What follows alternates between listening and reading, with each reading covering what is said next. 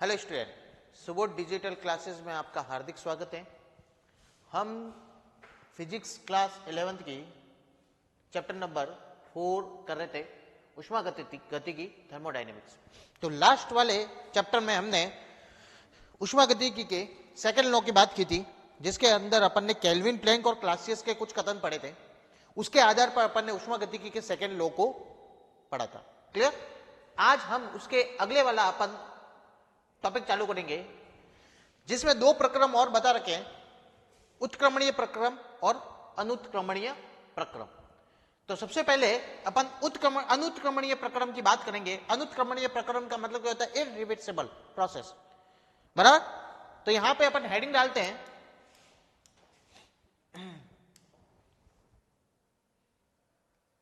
सबसे first heading डालते हैं उत्क्रमणीय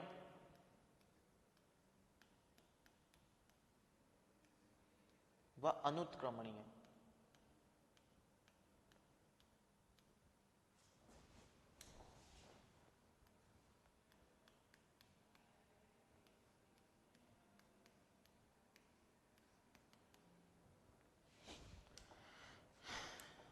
ये अपने पास एक हेडिंग है, उत्क्रमणीय और अनुत्क्रमणीय प्रोसेस।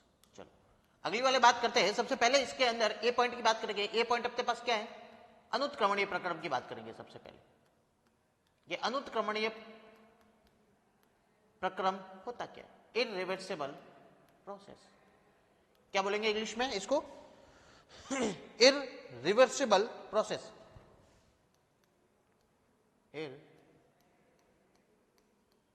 इररिवर्सिबल प्रोसेस, ठीक है, इररिवर्सिबल प्रोसेस। तो इसमें अनुत्क्रमणीय प्रक्रम क्या कहते हैं? जैसे कुछ एग्जांपल की बात करेंगे अपन यहां पे। जैसे मान लो कि दही कैसे बनता है? दूध से। यदि मैं बोलूंगा इसको वापस प्रारंभिक स्थिति में ले आओ, तो कोई ला सकता है? At not possible. यदि बोलूंगा दही से दूध दूध से दही बन गया, ये तो प्रारंभिक स्थिति से सेकेंड स्थिति में आ गया। अब मैं बोलूंगा सेकेंड जो कंडीशन है उसे वापस इसको प्राइमरी में लेके आओ, तो इसको पॉसिबल है ही नहीं। जैसे मान लो कच्चा भोजन अपन पकाते, अब पका हुआ भोजन मैं बोलूंगा इसको वापस वही वैसे का वैसे बना दो जो वो था प्रारंभिक स्थिति के अंदर। क्या पॉसिबल है? ऐसी चीजें कभी पॉसिबल नहीं होगी। लोहे पे जंग लग गया, भाई ये तो सेकंड अवस्था होगी, उसकी प्रारंभिक अवस्था वापस ले आओ, पॉसिबल नहीं है। ऐसे बहुत सारे अपने पास एग्जाम्पल है इररिवर्सिबल प्रोसेस के। अगर इररिवर्सिबल प्रोसेस को पढ़ने जाएंगे तो हाँ कि भाई ऐसे अपने पास बहुत सारे ऐसे पदार्थ हैं जिनका प्रारंभिक अवस्था से दूसरी अवस्था में चेंज हो जाता है, लेकिन वापस वह अपनी प्रारंभिक अवस्था में पुनः प्रारंभिक अवस्था में नहीं आ पाता। ऐसे प्रोसेस को इररिवर्सिबल प्रोसेस कहेंगे या अनुत्क्रमणीय प्रक्रम कहा जाता है। क्लियर? यदि मैं बोलूंगा, जैसे मान लो अपन कोई यूज करते, परफ्यूम वगैरह यूज करते, अब परफ्यूम एक बार निकल गया, अब मैं बोलूंगा उसी शीशी में उसको वापस डाल दो, क्या पॉसिबल है वो चीज? वो चीज पॉसिबल नहीं है अपने पास। तो ऐसे जितने भी प्रोसेस होते हैं उनको कौन से प्रोसेस बोला जाता है? अनुत्क्रमणीय प्रोसेस। क्लियर? एक बेसिक से अपने पास टॉपिक है ये कि भाई कोई भी चीज होती है जिसकी प्रारंभिक अवस्था से दूसरी अवस्था में वो आ गई है, लेकिन वापस उसको पुनः अपन वापस उसी अवस्था में उसको प्राप्त नहीं कर सकते। एक बार से इनिशियल से फाइनल कंडीशन के अंदर आ गई है, लेकिन वापस बोले कि उसको इनिशियल कंडीशन के अंदर मिलना वो पॉसिबल नहीं होता है। तो यहां पे उसको अनुत्क्रमणीय प्रोसेस बोला जाता है। अनुत्क्रमणीय मुख्यतः दो कारणों से उत्पन्न होती है। पहला, अनेक प्रक्रम जैसे मुक्त प्रसरण, विस्फोटक, रासायनिक अभिक्रिया, बराबर। जितने भी अपन विस्फोटक, रासायनिक अभिक्रिया होते हैं वो एक अनुत्क्रमणीय प्रोसेस का है। अब मान लो कुछ कॉलिजन की वजह से एक विस्फोट हो गया है, कुछ केमिकल भी, बराबर, वापस उसको प्रारंभिक स्थिति में लाना बहुत पॉसिबल नहीं होता। निकाय को असंतुलित की अवस्थाओं में ले जाते हैं। दूसरा, अनेक प्रक्रमों में घर्षण, श्यानता, अन्य क्षय संबंधी प्रभाव निहित होते। अब दूसरा प्रक्रम, दो प्रक्रम की बात की, एक तो अपने केमिकल रिएक्शंस की बात कर ली, और सेकंड इसमें बात कर ली अपने पास, जैसे अपने पास फ्रिक्शंस हो गया। तो इन चीजों के बारे में, जैसे फ्रिक्शंस हो गया, श्यानता होगी, तो कुछ क्षय होते हैं ना, उनको वापस अपन चीज में वापस अपन नहीं ला सकते। किसी गतिमान पिंड का रुकना, जिसमें पिंड अपनी यांत्रिक ऊर्जा को फर्श या स्वयं अपने ऊष्मा के रूप में दे देता है। द्रव में घूमते हुए ब्लेड का श्यानता के कारण रुक जाना, जिसमें यह अपनी यांत्रिक ऊर्जा को द्रव की यांत्रिक ऊर्जा के रूप में दे देता है। तो ये एक बार दे दी उसने, जैसे मान लो कोई गतिमान पिंड यदि फर्श पे गति कर रहा है तो उसने अपनी जो हिट थी उस पिंड ने उस मैटर के अंदर जो हिट थी खुद की वह उसको दे दी है, फर्श को, सरफेस को एक बार दे दी है उसने। अब वापस उसी कंडीशन के अंदर लाना वो पॉसिबल नहीं होता है।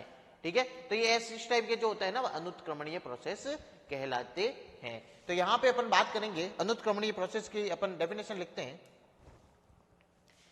कि ऐसी एक ऐसा उष्मागति प्रक्रम जिसमें, जैसे मान लो अपन एक ऐसा उत्क्रमण प्रोसेस होता है अपने पास जो एक बार चेंज होने के बाद, बराबर, जिसका मान लो एक बार चेंज होने के बाद वह वापस एक ही कंडीशन के, अरे यार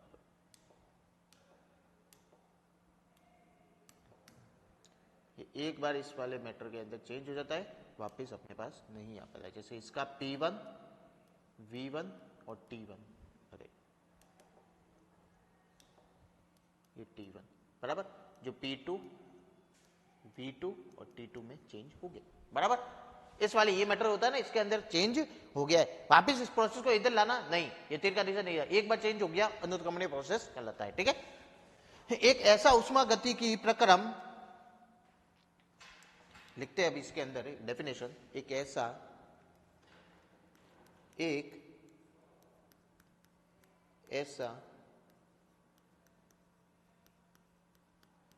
उष्मा गति की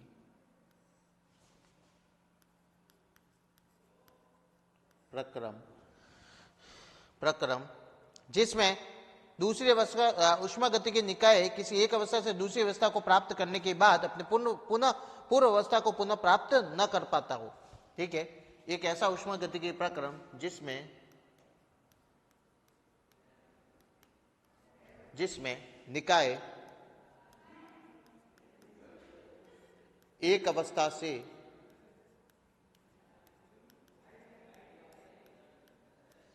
दूसरी अवस्था में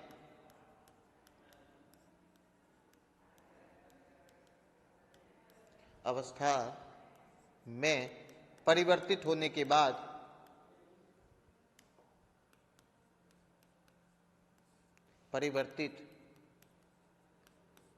के बाद पुनः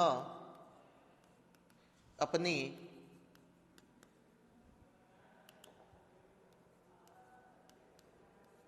प्रारंभिक अवस्था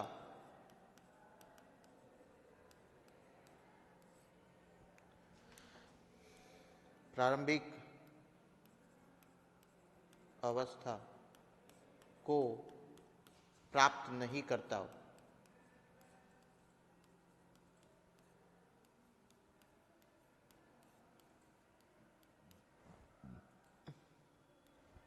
अनुत्क्रमणीय प्रोसेस कहलाता है, इरिवर्सिबल प्रोसेस कहलाता है अनुत्क्रमणीय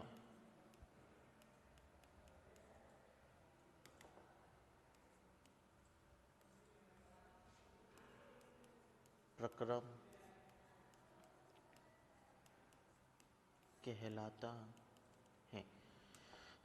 ये अपने पास एक बात हो गई है, क्लियर। जैसे अपन कुछ एग्जांपल की यदि बात करेंगे तो एग्जांपल के अंदर अपने पास क्या है, जैसे अपन ने बोला एक परफ्यूम का बाहर निकलना एक शीशी के द्वारा, बराबर। अब निकल गया, उसको वापस अपन प्रारंभिक अवस्था में प्राप्त नहीं कर सकते। दही का दूध बनना तो ये एक नॉर्मल सा दूध का दही बनना तो ये नॉर्मल सा प्रोसेस होता है, एक अवस्था से दूसरी अवस्था में अपन ने चेंज तो कर लिया है, लेकिन वापस उसको उसी अवस्था में क्लियर करना वो नहीं कर सकते। ऐसे जितने भी प्रोसेस होते हैं वह सारे किस में आते हैं, अनुत्क्रमणीय प्रोसेस के अंदर आते हैं। तो अपन ने पहले ये बात कर ली है। यहाँ पे सेकंड टॉपिक अपन देखेंगे यहाँ पे उत्क्रमणीय प्रोसेस का, क्या लिखेंगे, उत्क्रमणीय प्रोसेस का।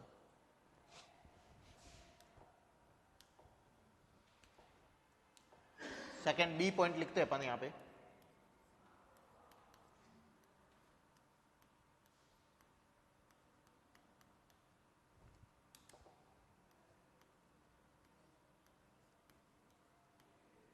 रिवर्सेबल, क्या बोलते हैं इसको, रिवर्सेबल।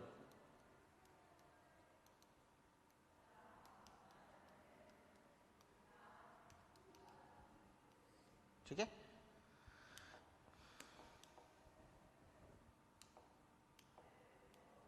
रिवर्सिबल प्रोसेस, ठीक है, उत्क्रमणीय प्रोसेस। देखो अनुत्क्रमणीय प्रोसेस इरिवर्सिबल प्रोसेस बोल दिया है, उत्क्रमणीय प्रोसेस इसका जस्ट अपोजिट समझ लो, इसका जस्ट अपोजिट समझ लो कि ऐसा उष्मागतिकीय निकाय, एक ऐसा उष्मागतिकीय निकाय होता है जिसमें यदि किसी वस्तु को प्रारंभिक अवस्था से दूसरी अवस्था में चेंज कर लिया जाता है लेकिन वो पुनः लौट के अपनी प्रारंभिक अवस्था को प्राप्त कर लेता है, ऐसे जितने भी निकाय को अपन उत्क्रमणीय प्रक्रम के अंदर रखते हैं, ठीक है। उत्क्रमण होता है उसे इस प्रकार वापस लौटाया जा सके कि निकाय और परिवेश दोनों अपनी प्रारंभिक अवस्थाओं में वापस आ जाए तथा परिवेश में कहीं पे भी किसी भी प्रकार का अन्य परिवर्तन न हो, ठीक है। लिखते इसके डेफिनेशन लिखते हैं अपन अनुत्क्रमणीय उत्क्रमणीय प्रोसेस की, ऐसा उष्मागतिकी प्रक्रम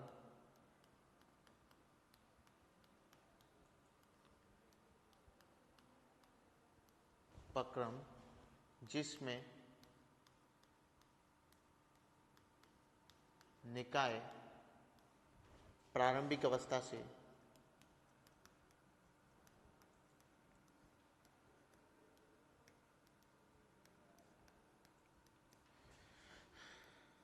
अंतिम अवस्था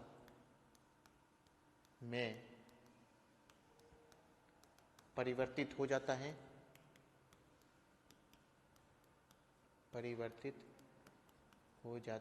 है, तथा उसे वापस प्रारंभिक अवस्था में पुनः वापस तथा निकाय व परिवेश दोनों अपनी प्रारंभिक अवस्थाओं में वापस आ जाए तथा परिवर्तित हो जाता है, लेकिन निकाय पुनः अपनी प्रारंभिक अवस्था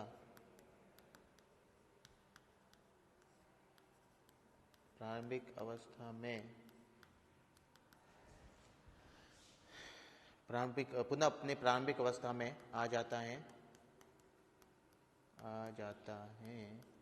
और उसके यदि किसी भी प्रकार का परिवर्तन नहीं हो, परिवेश में कहीं पे भी निकाय में किसी भी प्रकार का परिवर्तन नहीं हो तथा निकाय में किसी भी प्रकार का परिवर्तन नहीं होता, क्या कहलाता है? उत्क्रमणीय प्रक्रम कहलाता है। उत्क्रमणीय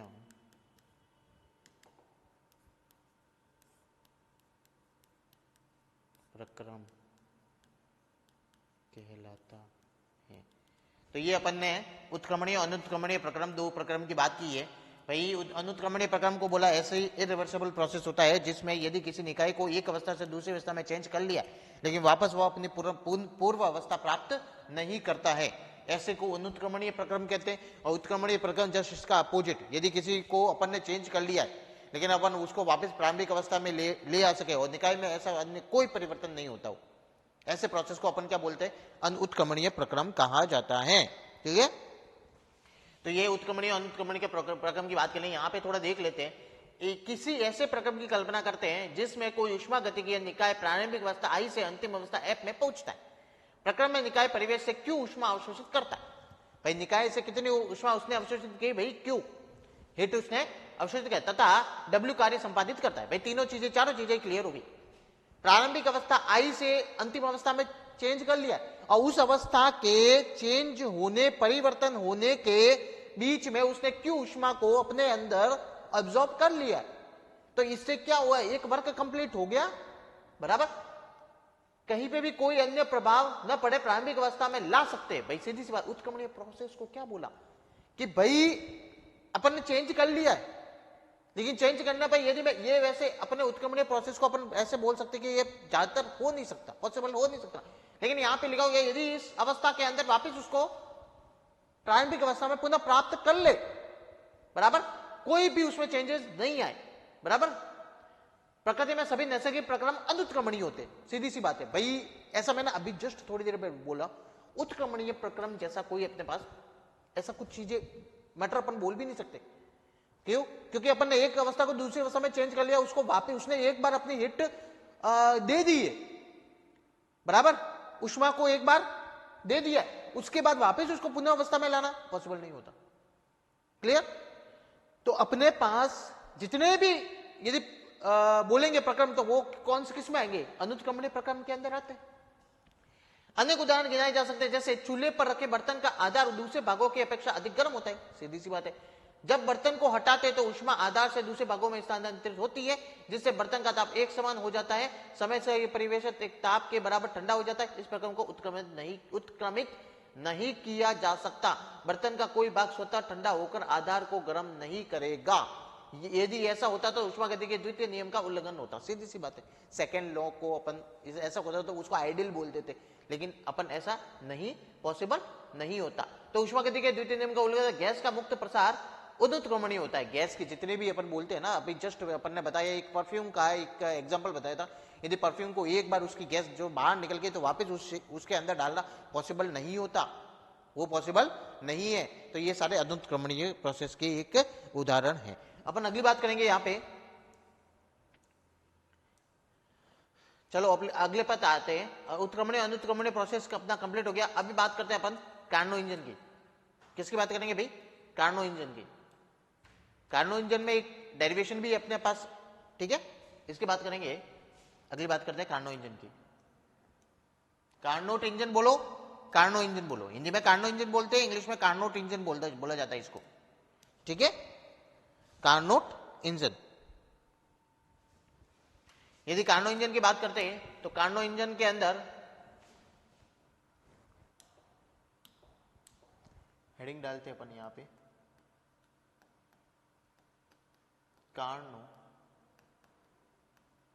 इंजन, इंग्लिश में बोल जाता है Carnot engine. Clear? Carnot engine, ये कार्नोट इंजन हो गया। कार्नो इंजन के अंदर यदि मुख्य भाग की बात करेंगे तो अपने पास कुछ स्रोत है, कुछ भाग है। कार्नो इंजन को जब डिस्क्राइब किया गया है तो इसके कुछ भागों की बात की गई है। तो अपने पास कौन कौन से पार्ट्स है?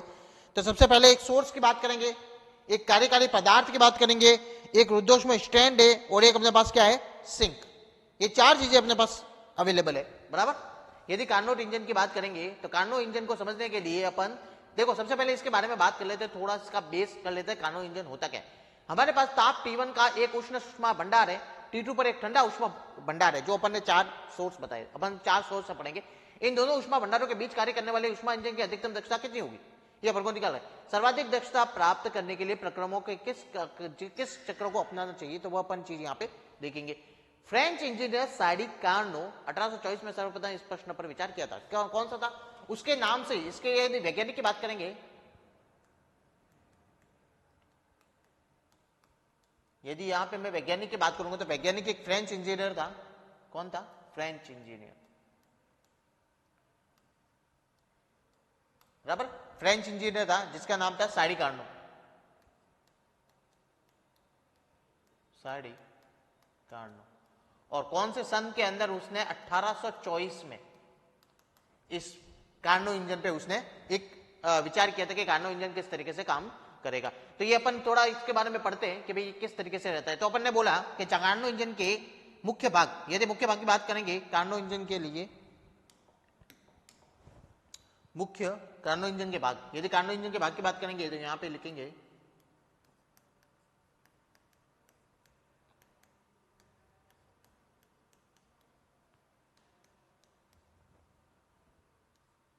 कार्नो इंजन के भाग की बात करेंगे तो सबसे पहले की बात करेंगे अपन स्रोत की, यानी सोर्स। सेकंड बात करेंगे अपन यहां पे कार्यकारी पदार्थ, कार्यकारी पदार्थ, वर्किंग मैटर।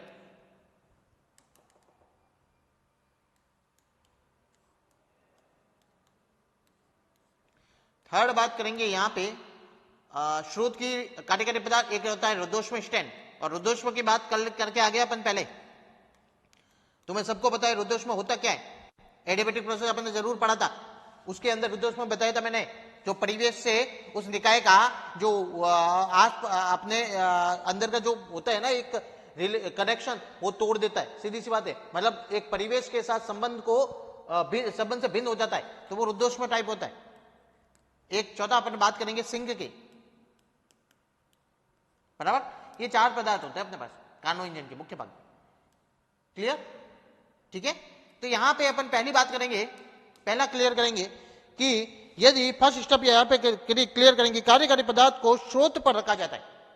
मान लो जिस पे वर्किंग करवाना है उसको मैंने एक सोर्स पे रख दिया, और स्रोत मतलब कुछ टेम्परेचर दिया गया है, उसको क्या दिया गया है, कुछ तापमान दिया गया है, बराबर। स्रोत मतलब कुछ हिट प्रोवाइड करने का एक सोर्स हो सकता है। ठीक है। तो यदि कार्यकारी पदार्थ को सबसे पहला स्टेप लेंगे, पहले स्टेप की बात करेंगे, फर्स्ट कार्यकारी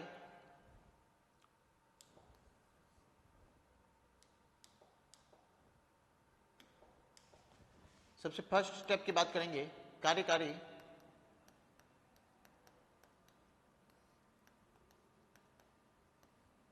पदार्थ को स्रोत पे रखा जाता है। किस पे रखा जाता है?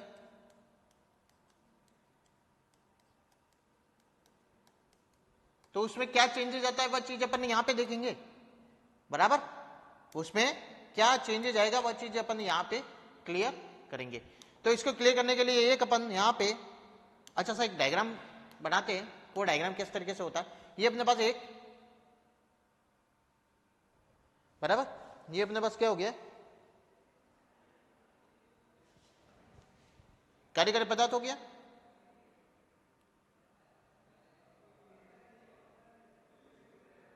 ठीक है। इसको रखा गया एक स्रोत पे,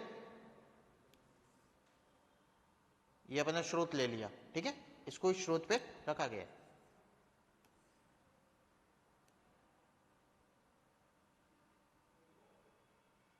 ये स्रोत पे रखा गया। ठीक है।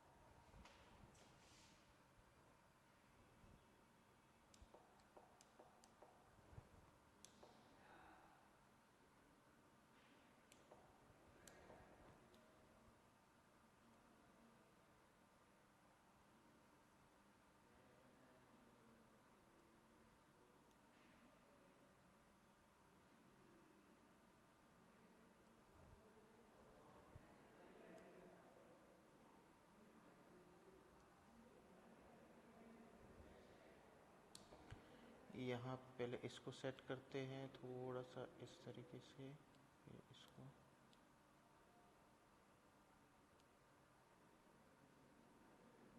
ठीक है, थोड़ा सा टेढ़ा सा बना है। ओके, चलो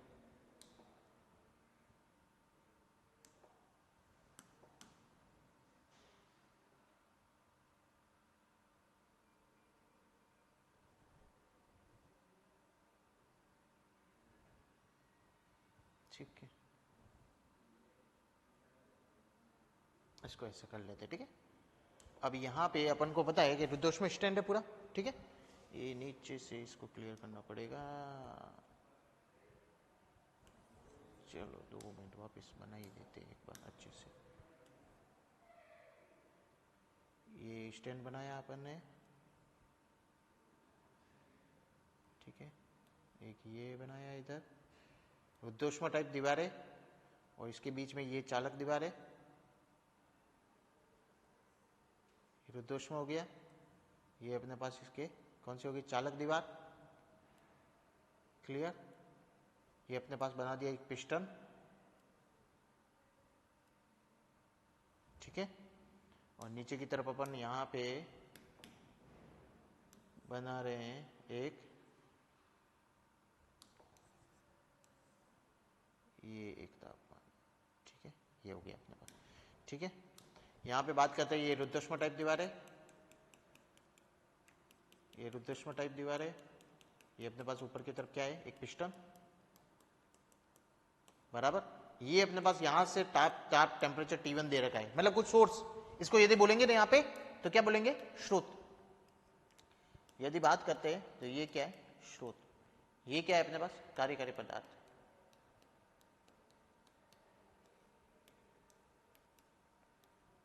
कार्यकारी पदार्थ, बराबर, ठीक है। इसके अंदर ये ताप T1, यहां से कुछ उष्मा इसके अंदर दी गई। कार्यकारी पदार्थ को यदि मैं किसी स्रोत पे रख रहा हूं, बराबर, तो स्रोत पे रखने के बाद क्या चेंजेस आता है, यदि इसके बाद में यदि कार्यकारी पदार्थ को स्रोत पे रखा गया तो ये कौन सा प्रक्रम, सबसे पहले इसके अंदर कौन सा प्रक्रम यूज होगा, तो ये कार्यकारी पदार्थ को स्रोत पे रखने पर एक प्रक्रम यूज होगा, समतापी प्रक्रम। कौन सा प्रक्रम यूज होगा, समतापी प्रक्रम। और समतापी प्रक्रम के अंदर अपन पढ़ के आए, समतापी प्रक्रम किसे कहते हैं, जिसके अंदर टेम्परेचर का मान क्या होता है, समान होता है। तो यदि अपन बात करेंगे इस स्रोत की, यदि इसको कार्यकारी पदार्थ के ऊपर रखने पर तो ये क्या करेगा, जैसे ही स्रोत के ऊपर कार्यकारी पदार्थ को कार्यकारी पदार्थ के स्रोत के ऊपर रखा जाता है तो ये क्या करेगा, उष्मा लेगा, और उष्मा लेने पर ये क्या करेगा, फैलता है। फैलने पर क्या इसका वॉल्यूम बढ़ेगा, और वॉल्यूम भी बढ़ेगा तो प्रेशर भी बढ़ेगा, बराबर। लेकिन तापमान का मान जो होता है ना वह स्थिर रह जाएगा। तापमान का मान क्या होगा, स्थिर रह जाएगा। तो यहां पे लिखते हैं अपन,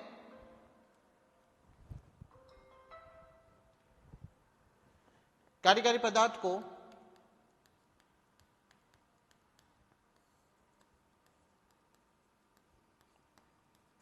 स्रोत पर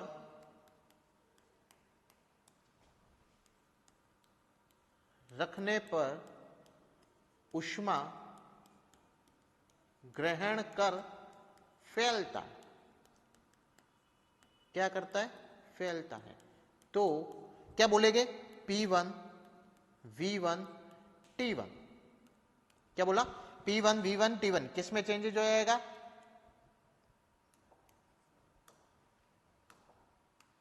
P2 V2 एंड T1। तो यहां पे अपन ने क्या बात की भाई, कि सीधी सी बात आपको दिख रहा है कि इसके अंदर तापमान जो क्या है ना, तापमान वह अपने पास कैसा है, स्थिर है। तापमान कैसा है, स्थिर है।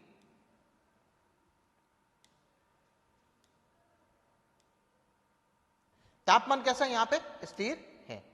क्लियर। ये अपने पास समतापी प्रक्रम हो गया। ये अपने पास क्या हो गया, एक समतापी प्रक्रम हो गया। अगली बात करेंगे, सेकंड स्टेप की बात करेंगे। यदि इसी कार्यकारी पदार्थ को अपन ने इसको उष्मा दे दी है भाई, P1 V1 चेंजेज हो गया है, प्रेशर चेंज हो गया, इस पदार्थ का वॉल्यूम चेंज हो गया, तापमान वो कब रहा। यदि मैंने इसी पदार्थ को रुद्धोष्म स्टैंड पर रख दिया, इसी पदार्थ को मैंने कहां रख दिया, रुद्धोष्म स्टैंड पर रख दिया, और रुद्धोष्म स्टैंड पर रखने के बाद रुद्धोष्म स्टैंड पे रखने के बाद इसके अंदर इसी पदार्थ को अपन ने रुद्धोष्म स्टैंड पर रख दिया। सेकंड पॉइंट पे यहां पे लिखेंगे,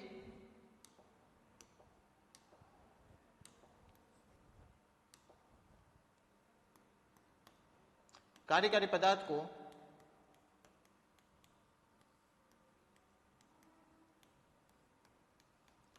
रुद्धोष्म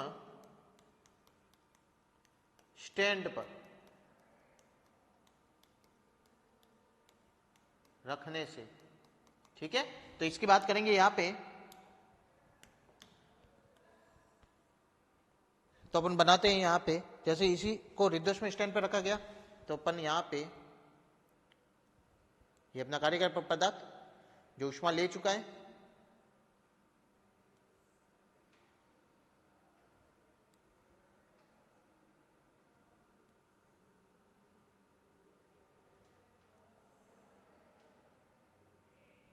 बराबर, इसको रखा गया रुद्धोष्म स्टैंड पे।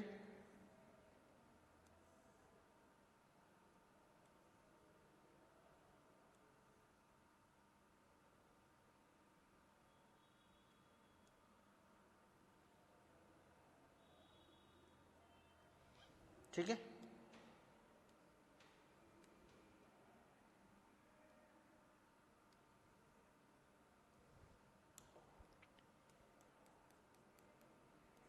ये रुद्धोष्म स्टैंड है, नीचे कार्यकारी पदार्थ को इस रुद्धोष्म स्टैंड पर रखा गया।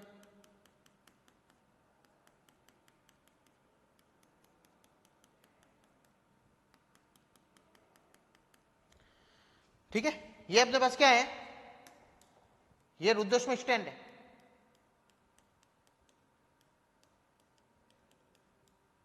ठीक है, ये अपने पास कार्यकारी पदार्थ है, और कार्यकारी पदार्थ जो पहले जिसको स्रोत पे रखा गया था उसने ऊष्माग्रह ग्रहण करके उसका प्रेशर और वॉल्यूम बढ़ चुका है। अब उसको ले जाके अपन ने कहां पे रखा, रुद्धोष्म स्टैंड पे रखा, और रुद्धोष्म स्टैंड पे रखने के बाद अपन को पता है रुद्धोष्म स्टैंड कैसा होता है, जो परिवेश के साथ संपर्क तोड़ देता है। यदि इसको टेम्परेचर को रुद्धोष्म स्टैंड के ऊपर रख दिया है तो ऊष्मा का आदान प्रदान नहीं होता, किंतु निकाय अभी भी फैलता रहता है अंदर की तरफ। रुद्धोष्म स्टैंड पे रखने पर अपन को पता है ये रुद्धोष्म प्रक्रम के अंदर आ जाता है। सबसे सेकंड पॉइंट होता है किस प्रक्रम में आता है, तो रुद्धोष्म प्रक्रम के अंदर आ जाता है। और अपन को पता है यहां पे क्या होता है कि कार्यकारी पदार्थ को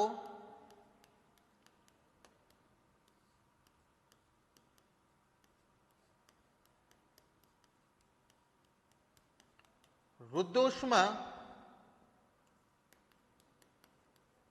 स्टैंड पर रखने पर ऊष्मा का आदान प्रदान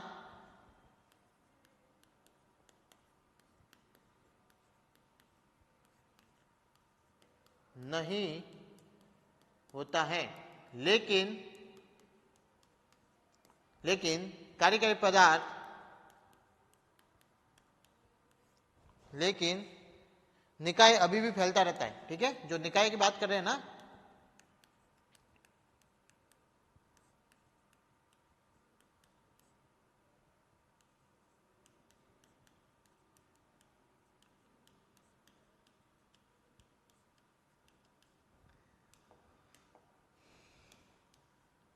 ठीक है, कार्यकारी पदार्थ को रुद्धोष्म स्टैंड पर रखने से निकाय फैलता रहता है। तो यहां पे प्रेशर भी बढ़ता है, वॉल्यूम भी बढ़ता है, और तापमान भी चेंज होता है। तो अपने पास प्रारंभिक जब स्रोत को रखा गया था रुद्धोष्म स्टैंड पे, तब अपने पास प्रेशर, वॉल्यूम और तापमान कुछ ये था, P2, V2, T1 बराबर। और रखने के बाद यहां पे तापमान अपने पास चेंज हो जाता है, तापमान यहां पे चेंज होगा क्योंकि निकाय अंदर की तरफ भी फैलता रहता है।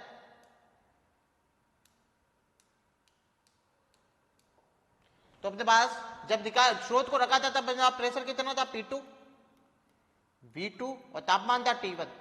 चेंज हो गया, किसमें चेंज हो गया, प्रेशर P3, V3 और T2 के अंदर। तो ये अपने पास यहां पे वैल्यू आ गई, क्लियर, यहां पे ये आ गई। सेकंड बात करेंगे इसी के जैसे, यहां पे सेकंड बात करें, यदि कार्यकारी पदार्थ को सिंक पर रखते, यदि कार्यकारी पदार्थ को, थर्ड पॉइंट है,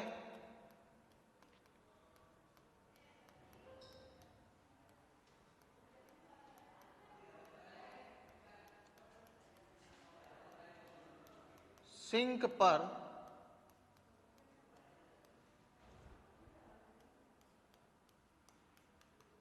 रखने से, यदि यहां पे कार्यकारी पदार्थ को यदि सिंक पे रखा जाता है तो सिंक पर रखने से क्या चेंजेस होता है इसके अंदर, वो अपन देखते हैं।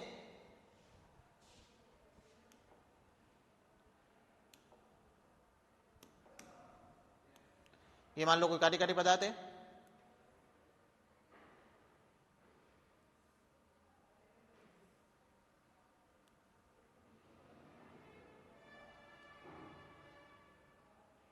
बराबर,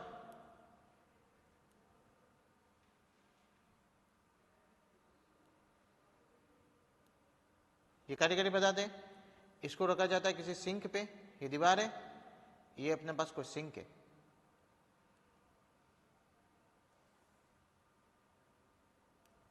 बराबर।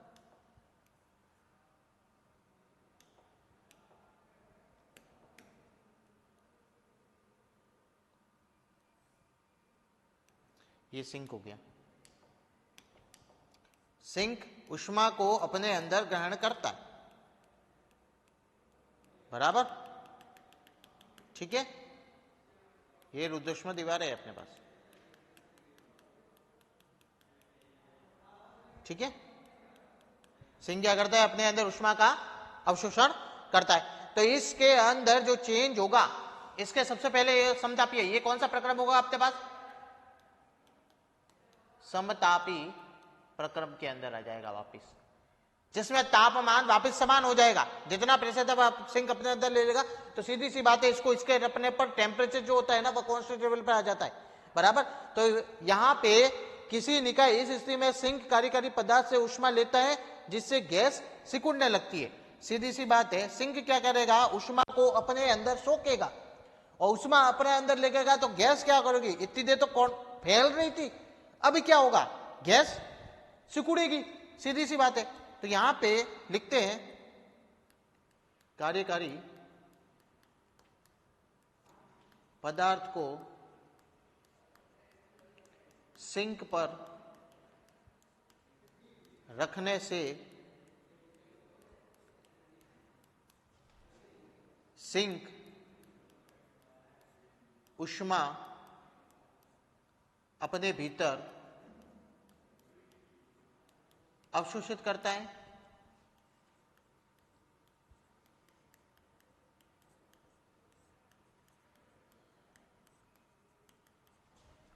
इससे गैस सिकुड़ने लगती है, सिकुड़ने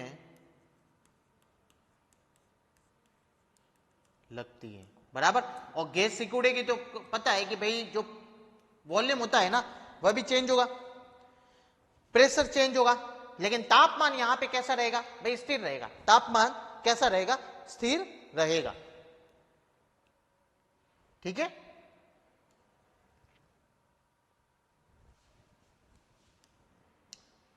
तो यहां पे अपने पास सेकेंड स्थिति, जब इसको रुद्धोष्म स्टैंड पर रखा गया था, तब अपने पास प्रेशर P3 V3 और तापमान T2 था। तो ये जब इसको चेंज किया गया और सिंक पे रखा गया, तब यहां पे टेम्परेचर कितना हुआ, तो सबसे पहले P3 V3 T2 था। जब इसको सिंक पे रखा गया, तब अपने पास हो गया P4 V4 और T2, क्योंकि समतापी प्रक्रम है इसलिए। अब लास्ट वाला अपने पास एक स्टेप बचा है, जिसको अपन कंप्लीट करते हैं यहां पे। लास्ट वाला क्या कहना चाहता है, चौथा, यदि किसी कार्यकारी पदार्थ को, यदि कार्यकारी पदार्थ को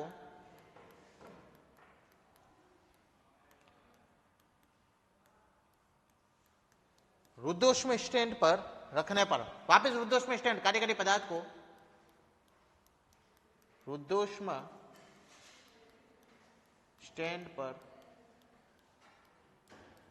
रखने से क्या वैल्यू आएगी यहां पे, यदि कार्यकारी पदार्थ को रुद्धोष्म स्टैंड पर वापस रखा जाता है, तो कुछ ना कुछ यहां पे चेंजेज होगा। देखते किस तरीके से होगा। ये अपने पास कार्यकारी पदार्थ है,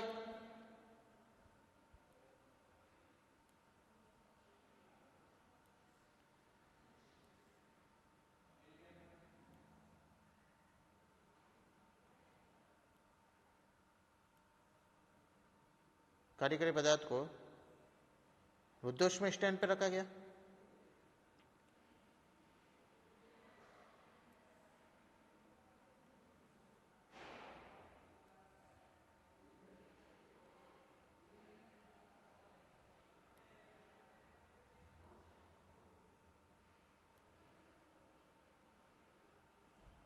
बराबर। ये रुद्धोष्म स्टैंड पर रखा गया, और रुद्धोष्म स्टैंड पर रखने से क्या होता है,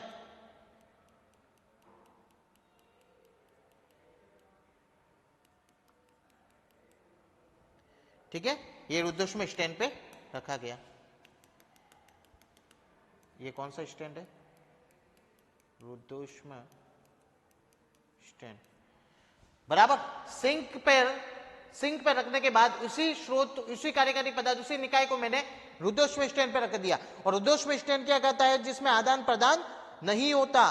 तो रुद्धोष्म स्टैंड के कारण ऊष्मा का आदान प्रदान तो नहीं होगा, लेकिन निकाय संपीड़ित होती रहती है। यह पुनः संपीड़ित, ये पुनः तब तक संपीड़ित होती रहेगी जब तक ये प्रारंभिक अवस्था में ना आ जाए। मतलब ये पहले वाली जो स्थिति है ना, उस कंडीशन के अंदर नहीं आ जाए तब तक ये संपीड़ित होती रहती है, बराबर सिकुड़ती रहती है। अपन ने यहाँ पे सिंक को लगा के क्या किया, ऊष्मा को अपने अंदर अवशोषित करने के लिए कहा, जिससे ये सिकुड़ने लगी।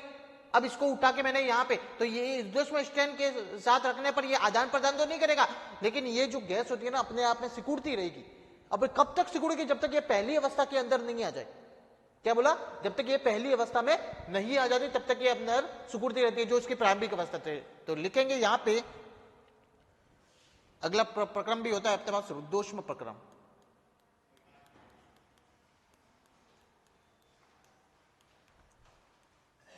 यदि निकाय को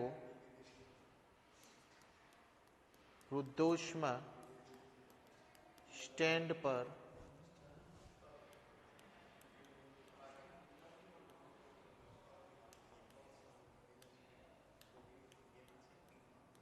रखने से ऊष्मा का आदान प्रदान तो नहीं होता, लेकिन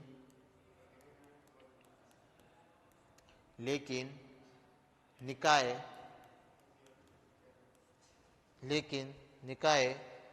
संपीड़ित होता रहता है,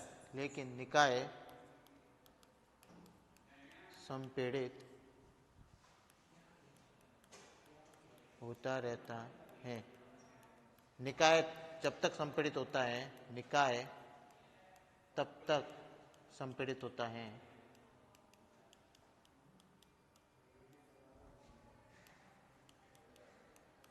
जब तक यह अपनी प्रारंभिक अवस्था को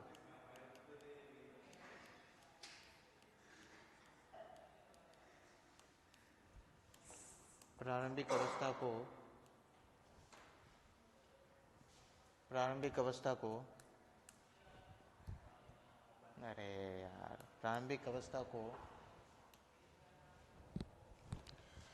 जब तक संपीड़ित होता है, जब तक ये प्रारंभिक अवस्था को पुनः प्राप्त नहीं कर लेता, तब तक ये अपने आप में संपीड़ित होता रहेगा। प्रारंभिक अवस्था को पुनः प्राप्त नहीं करता। ठीक है, तो अपन ने इसके बारे में 4 स्टेप देखे, 4 स्टेप के बारे में पढ़ा। अगले वाले लेक्चर के अंदर हम इसके एक ग्राफ के बारे में पढ़ेंगे, जो एक ग्राफ बनाएंगे और इसका एक डेरिवेशन करेंगे, बराबर। तब ये चैप्टर अपना कंप्लीट हो जाएगा। ये कार्नोट इंजन के अपन ने 4 भाग पढ़े। 4 भागों में कहना क्या चाहता है, जैसे पहले स्टेप में जो मैंने निकाय लिया था, बराबर, जो मैंने निकाय लिया था, उस निकाय में जो गैस थी वह जिस अवस्था में थी, मैंने लास्ट वाले स्टेप में भी उसी को पुनः वापस उसी स्थिति में लिख के आ गए, बराबर। तो ये एक कार्नो इंजन, इसको क्या बोला जाता है, कार्नो इंजन कहा जाता है, बराबर, जिसके अंदर सबसे पहले समतापीय प्रक्रम के अंदर था, गैस को ऊष्मा दी गई थी, उसको स्टैंड, रुद्धोष्म स्टैंड पर रखा गया, तो भी वह फैलेगी, बराबर। फैलने के बाद वापस उसको सिंक पे रखा गया तो ऊष्मा का अवशोषण हुआ, तो वो गैस सिकुड़ेगी, और वापस उसको रुद्धोष्म पे रखा गया तो वह सिकुड़ती रहेगी, जब तक सिकुड़ेगी तब तक सिकुड़ेगी जब तक वह अपने पुनः अवस्था पूर्व अवस्था प्राप्त नहीं कर लेती, बराबर। तो इन 4 स्टेप के बारे में अपन ने यहाँ पे क्लियर किया। अगले आने वाले लेक्चर के अंदर अपन इसके एक ग्राफ की वैल्यू देखेंगे, ग्राफ के बारे में पढ़ेंगे, और उसके आगे एक अच्छा सा डेरिवेशन है उसको कंप्लीट करेंगे, फिर ये अपने क्लियर हो जाएगा, और कुछ क्वेश्चंस का भी अपन डिस्कस करेंगे। ठीक है, आज के लिए इतना ही, धन्यवाद।